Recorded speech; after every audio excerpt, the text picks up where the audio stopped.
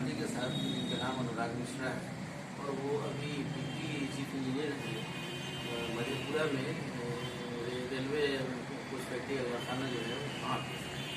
और मैं इससे थोड़ा बात करना चाहता हूँ ताकि तुम लोग मोटिवेट हो, और ये मैं इस मिथक को तोड़ना चाहता हूँ कि इंजीनियरिंग के बाद बीटेक करने के बाद ऐसी ज़रूरत ना पड़े कि मेडिजी ज्वाइन करना ही ज़रूरी है, ऐसा जो है तुम लोग का मेंटलिटी बना हुआ है वो ख़त्म हो। और सर से मैं थोड़ा सा 2 मिनट का मैं बात करूँगा ताकि तुम लोग सुनो गौर से। वो सर दरअसल मैं एक काउंसलिंग भी करता हूँ, काउंसलर भी हूँ, ऐसा समझ लीजिए। तो थोड़ा सा 2 मिनट कुछ पूछना चाहूँगा ताकि बच्चे इसको सुने गौर से और इसे सीख लें। सर आपने बीटेक किया था? मैंने NIT इलाहाबाद से बीटेक किया। इलाहाबाद से बीटेक किया, तो बीटेक के बाद ब्रांच कौन सा था? मेरा ब्रांच सिविल इंजीनियरिंग था। सिविल इंजीनियरिंग था। उसके बाद आप फिर IAS करने का मन कब बना? मुझे लगा कि एक सरकारी नौकरी में मैं अपने बेनिफिट के साथ साथ राष्ट्र का भी कुछ सहायता कर सकता हूँ, इसलिए मुझे लगा कि ये मेरे फिजिकल और मेंटल वेलबींग के लिए प्राइवेट सेक्टर से ज़्यादा अच्छा है, इसलिए मैं सोचा कि मैं IAS क्वालिफाई करूँ। उसकी तैयारी कैसे करी आपने? मैंने प्राइवेट में देखा कि मुझे 8-8, 9-9 घंटे काम करना पड़ रहा है, तो मुझे लगा कि अगर इतने घंटे पढ़ाई मैं सेल्फ स्टडी से कर लूँ तो मेरा UPSC जरूर निकल जाएगा। इसी सोच के साथ मैंने प्राइवेट सेक्टर छोड़ के तैयारी आरंभ की थी। अच्छा, तो तैयारी करने का क्या किसी कोचिंग से आपने हेल्प लिया, कहीं आपने कोचिंग करा? नहीं, बीटेक के दौरान मैंने जो किताबें खरीदी थी वो किताबें मैंने सहेज के रखी थी। और जहाँ तक कॉलेज का प्रश्न है, हालांकि मैं टॉपर नहीं था, फिर भी मैंने कुछ अच्छी पढ़ाई कर ली थी कॉलेज में, फ्यूचर को ध्यान में रखते हुए, क्योंकि ये अपना कोर ब्रांच है, कभी भी काम आ सकता है। तो मैंने मेड-इजी से किताबें मंगवाई थी, ऑब्जेक्टिव की, सब्जेक्टिव की। तो ऑब्जेक्टिव की और पेपर का प्रीवियस ईयर पेपर्स मैंने खरीदा था। तो मैंने कुछ सेल्फ स्टडी करी अपनी किताबों की, और करीब 1-1.5 महीने लास्ट में मैंने प्रीवियस ईयर पेपर्स लगाए, जिसका मुझे काफ़ी फ़ायदा मिला। अच्छा, तो दरअसल ये आमिर सुबहानी का नाम तो सभी लोग जानते हैं। आमिर सुबहानी का घर जो है मेरे घर के पास उनका ननिहाल है, मेरी फैमिली बहुत करीब है उनसे। तो सुबहानी साहब UPSC क्वालिफाई करने के पहले PO थे बैंक में। तो क्या आपने भी ऐसा करा कि बीटेक के बाद कोई नौकरी ज्वाइन करा, उसके बाद तैयारी करा? नहीं, मेरा ऐसा UPSC का ख्याल मुझे बाद में आया, जब मुझे लगा कि सरकारी नौकरी प्राइवेट नौकरी से कहीं बेहतर है, उसमें मान सम्मान और पैसा दोनों है। जी बिल्कुल। तो इसीलिए मैंने नौकरी छोड़ के तैयारी की। मुझे अगर पहले ये मोटिवेशन रहता तो मैं पहले ही तैयारी करता, लेकिन ठीक है, कभी कभी होता है। तो आपने जो चुना IAS को, तो आप में इतना टैलेंट जब था तो IAS ही क्यों चुना, IRS क्यों नहीं चुना? दिमाग में बात क्यों नहीं आई IAS की? एक्चुअली मेरी तैयारी जो कॉलेज में थी, क्योंकि मैंने सिविल इंजीनियरिंग की पढ़ाई कर ली थी ठीक ठाक, मतलब मैं टॉपर तो नहीं था, लेकिन फिर भी मैंने पढ़ाई कर ली थी, अच्छी खासी पढ़ाई। तो मुझे लगा कि मैं आसानी से निकाल सकता हूँ अगर मैं मेहनत कर लूँ तो। और जहाँ तक IAS का सवाल है, उसके लिए मैंने प्रयास किया था, लेकिन मुझे लगता है उसके लिए करीब 2 साल और तैयारी करनी पड़ती, तब मैं क्वालिफाई करता हूँ। जी, तो आज के डेट में मैं अपने कोचिंग में बच्चों से पूछता हूँ कि तुम एब्सेंट क्यों थे, तो उसने कहा सर रात भर मैंने पढ़ाई करी। तो क्या बच्चों का रात भर पढ़ना ये सही है, कहीं हेल्पफुल है उसका कंपटीशन किसी को क्रैक करने के लिए? मुझे तो ऐसा नहीं लगता, क्योंकि क्या आप भी रात में पढ़ाई करा करते थे? नहीं, मैं रात में पढ़ाई नहीं करता था। मैंने जॉब छोड़ के दिन में पढ़ाई करता था। मैं सुबह उठ के कुछ याद करने वाली चीज़ें पढ़ता था, और उसके बाद नाश्ता वगैरह के बाद मैं एक चैप्टर रोज दिन पढ़ाई करता था, ताकि मेरा एक सब्जेक्ट 15-20 दिन में ख़त्म हो जाए, और उसके बाद मैंने पेपर लगाया। जहाँ तक रात भर पढ़ने का सवाल है, रात अगर अच्छी नींद ना आए तो मेमोरी अच्छी नहीं होती है।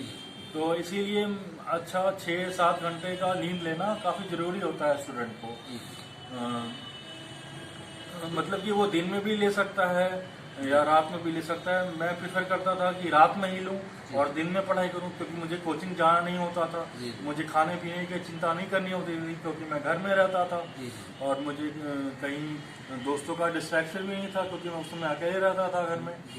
आसपास ज़्यादा दोस्त नहीं बनाए थे मैंने, क्योंकि दोस्त सारे बीटेक के बाद अलग अलग जगहों पे चले गए थे। तो मुझे लगा कि घर में रह के ही तैयारी काफ़ी बढ़िया से हो सकती थी। जी, तो बीटेक करने के बाद आपने जो ये चैलेंज लिया कि मुझे आईएएस करना है, उस समय बहुत सारी बातें आपके दिमाग में आई हुई होगी कि मैं जॉब रिजाइन कर रहा हूँ, अगर आईएएस न क्वालिफाई कर सका तो फिर क्या, बहुत सारी चीजें जो दिमाग में आदमी के आती है, ह्यूमन नेचर है ये। तो क्या ऐसा कुछ आपके दिमाग में आया था?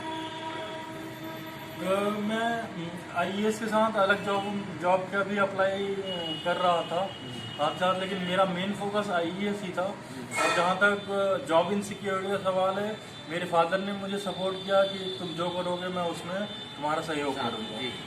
तो आपने एक टारगेट फिक्स किया होगा बीटेक के बाद, कितने साल में मुझे आईएएस क्वालिफाई करना, उसमें कहाँ तक सफल हुआ? नहीं, मैंने टारगेट फिक्स नहीं किया था। ये मेरा इंस्टेंटेनियस डिसीजन था। जब मैंने प्राइवेट सेक्टर को देख लिया कि मेरा मोह भंग हो गया प्राइवेट सेक्टर से, कि इसमें स्वास्थ्य और पैसा किसी चीज़ की कोई मान्यता नहीं है। वो लोग केवल गुलामों की तरह काम लेते हैं और उसके बदले में कुछ वैसा चीज़ नहीं मिल पाती है लोगों को, सेटिस्फैक्शन। इसलिए मैंने आईएएस में जाने का फैसला लिया। तो दरअसल ऐसा है कि मैं आखिर में 2-3 सवाल करूंगा आपसे, क्योंकि मेरे बच्चे के हक की बात है। मेरे कोचिंग में जो बच्चे हैं वो काफ़ी मेहनत करते हैं, मेरे टीचर्स भी हैं, जी जान लगाए रहते हैं, काफ़ी मेहनत करते हैं, लेकिन जो आउटपुट आना चाहिए वो आउटपुट नहीं आ रहा है। बहुत कम आउटपुट आता है। या तो राइट वे में हमारे बच्चे नहीं मेहनत कर रहे हैं, या राइट वे में जाके मेरे टीचर्स नहीं पढ़ा रहे हैं। तो आपको कुछ ऐसा लगता है कि आप सजेस्ट करें मेरे टीचर्स को या मेरे स्टूडेंट्स को कि कैसे पढ़ा जाए और कैसे पढ़ाया जाए? स्टूडेंट्स को मैं ये कहना चाहूँगा कि क्लास में अटेंटिव रहें। काफ़ी बड़ा हिस्सा जो पढ़ाई का होता है वो कोचिंग में बीतता है।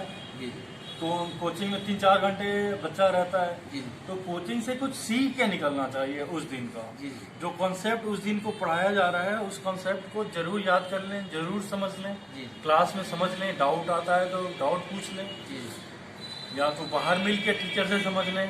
तो ये जो 3-4 घंटे कोचिंग में रहते हैं, उसका अगर यूटिलाइजेशन बच्चा कर लेता है तो ये काफ़ी हेल्पफुल रहेगा उसको सक्सेस पाने में। आखिर में एक सवाल, मैं एक लाइन का मैसेज चाहूंगा जो आप मेरे बच्चों को दें, ताकि वो मोटिवेट होके आगे बीटेक के बाद वो आपकी तरह आईएएस या गेट क्वालिफाई करे और अच्छा रैंक लाए और नवरत्न महारत्न जैसी कंपनियां ज्वाइन कर सके। मैं ये कहूँगा कि सेल्फ कॉन्फिडेंस बहुत ज़रूरी है। जी, सेल्फ कॉन्फिडेंस के बिना कुछ अचीव नहीं हो पाता है। अगर आप रिटेन में भी क्वालिफाई करते हैं, अगर आप कॉन्फिडेंस अपना लैक कर जाएंगे इंटरव्यू में, तो उसमें भी अगर आप क्वालिफाई भी कर जाते हैं तो रैंक भी कम आएगी। तो मैं ये कहना चाहूँगा कि अटेंटिव रहें और अपने टीचर को फॉलो करें, टीचर की सहायता लें और टीचर जो पढ़ा रहे हैं एक ही चीज को फॉलो करें। टीचर क्या गाइडलाइन दे रहा है, कैसे पढ़ा रहा है, कौन चैप्टर ज्यादा से जरूरी है पढ़ना, कितने क्वेश्चंस किस चैप्टर से आ रहे हैं, और टीचर की एक एक चीज को फॉलो करें, because he has a lot of experience in education. मतलब कि टीचर की बात को तो गुरु की तरह समझें। मतलब कि टीचर जो 3-4 घंटे समय देता है आपको, अपना उस समय का पूरा यूटिलाइजेशन, जो उसको याद रखें उन चीज़ों को, उस मोटिवेशन को अपने साथ कैरी करें जब आप पढ़ाई कर रहे हैं। मतलब कि इन चीज़ों से और अटेंटिव रहना बहुत ज़रूरी है हर समय में। मतलब कि अगर आपको अटेंशन की कमी है तो आप कुछ ध्यान और मेडिटेशन भी कर सकते हैं। जी, मतलब कि प्राणायाम से सहायता मिलती है, मेडिटेशन से सहायता मिलती है, और अपने विचारों को कंसंट्रेट करके रखें। मतलब कि अपने दिमाग को शांत रखें और गलत संगति में ना पड़े, ये काफ़ी आवश्यक है। और एक चीज़ पे मैं एक चीज़ आखिर में सवाल आप करना चाहूँगा, क्या आप इससे सहमत हैं जो मैं बार बार काउंसलिंग में बोलता हूँ अपने बच्चों को कि बेटे रात में पढ़ाई मत करा करो ज़्यादा, तुम 10 बजे सो जाया करो, दिन में जितना पढ़ना है पढ़ो, और क्लास एब्सेंट मत करो, और जो भी टेस्ट हो रहे हैं ईमानदारी से दो। कुछ बच्चे मेरे पकड़े गए, मैंने पकड़ा, मोबाइल खोल के लिख रहे हैं टेस्ट में मेरा आज हो रहा है, या चीटिंग कर रहे हैं, तो ये तो अपने आप को चीट कर रहे हो। आपकी बात एकदम सही है। अगर कोचिंग के टेस्ट में वो लोग चीटिंग करेंगे तो उससे कोई फायदा नहीं मिलेगा। कोचिंग में अगर ईमानदारी से कम नंबर भी आते हैं तो बहुत अच्छी बात है जी। कुछ गलत कार्य करने की आवश्यकता नहीं है, उससे अपना ही नुकसान है। मतलब कि अगर वो किसी को नंबर दिखाना चाहते हैं तो नंबर दिखा के उस नंबर से तो वो क्वालिफाई नहीं करता है, और जो चीटिंग कर रहे हैं वो चीटिंग भी एग्जाम में काम नहीं आएगी। जी बिल्कुल नहीं। तो इस हिसाब से मतलब कि ये तो अपना सेल्फ रिस्पेक्ट भी देखना चाहिए कि अब मैं क्या कर रहा हूँ, उससे तो मेरा फ्यूचर ही नुकसान हो रहा है। और जहाँ तक रात में पढ़ने वाली बात है, मैं ये सोचूंगा कि कुछ लोगों का दिमाग रात में ज़्यादा चलता है, तो इस वजह से उन लोगों को अपना डिसीजन लेने दिया जाए। रात में 11-12 मतलब कि 3-4 घंटे की पढ़ाई काफ़ी आवश्यक है, चाहे वो दिन में करें चाहे रात में करें। मुझे लगता है कि अगर रेगुलर पढ़ाई करेंगे तभी फायदा हो पाएगा। जी सर, तो मैं बहुत बहुत धन्यवाद करता हूँ आपका। और धन्यवाद से पहले एक आखिर में एक लड़की मेरे यहाँ है जिसको मैं, आप उसको मशवरा दें कि उनका शेड्यूल बिल्कुल गलत है। वो कहती है कि सर मैं सुबह में शाम में स्कूल से लौटती हूँ, उसके बाद नाश्ता करके रात भर पढ़ती हूँ, सुबह में जाके सोती हूँ, और सुबह में उठ के मैं फिर फ्रेश होके और जाती हूँ स्कूल। स्कूल से आने के बाद सो जाती हूँ, मतलब रात में वो जगी रहती है, स्कूल से आने के बाद सोती है और 12 बजे उठती है, और 12 बजे से वो पढ़ाई करती है, फिर 12 बजे रात तक जगी रहती है। क्या ये बिल्कुल गलत नहीं है? मैं तो इसे गलत ही मानूंगा। जी जी। उनके हेल्थ पे असर पड़ेगा, लास्ट टाइम में मेमोरी लूज करेंगी वो। शायद हमारे समझ से ऐसा है, जो कि मैं और समझाया एक बार कि ऐसा मत करो बेटे, अपने शेड्यूल को सही करो। हाँ, मैं सहमत हूँ। तो बहुत बहुत धन्यवाद सर, आपने मेरे बच्चे के मोटिवेशन के लिए इतना कीमती वक्त निकाला। और फिर सर इंशाल्लाह मुलाकात होगी।